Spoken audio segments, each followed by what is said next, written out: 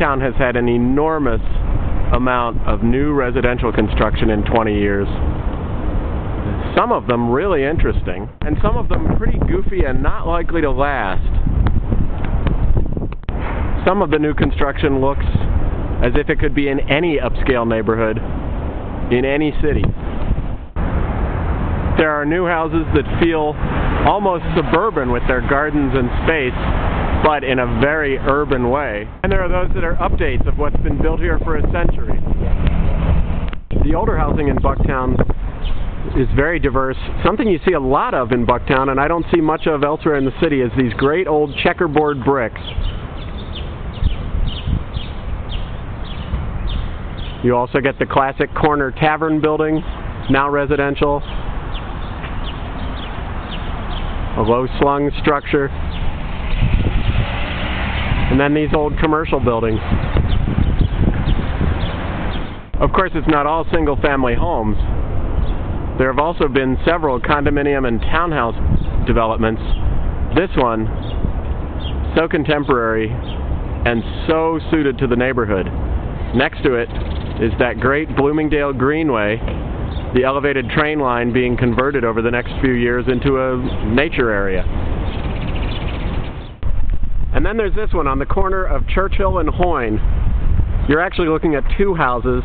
They look like one together, they're curved, but the north one, the one on the left, is the one that is for sale. The one will go inside. You'll see when we're inside that that big green glass curve offers views out over the neighborhood from 4 levels, basement up to the top, and then there's a great rooftop deck on the top of that curve. Tony, this house has this amazing curve to it. Why does it look the way it does? Well, the architect and the developer had gotten together and decided that they wanted to do something a little bit different than anything else on the street, because if you look on this street, all the houses are pretty much square and they're all the same. Inside, not yet finished, that curved wall of windows and the curved wall of the open first floor. You can't tell that it's curved on camera, but Tony, what is all this space?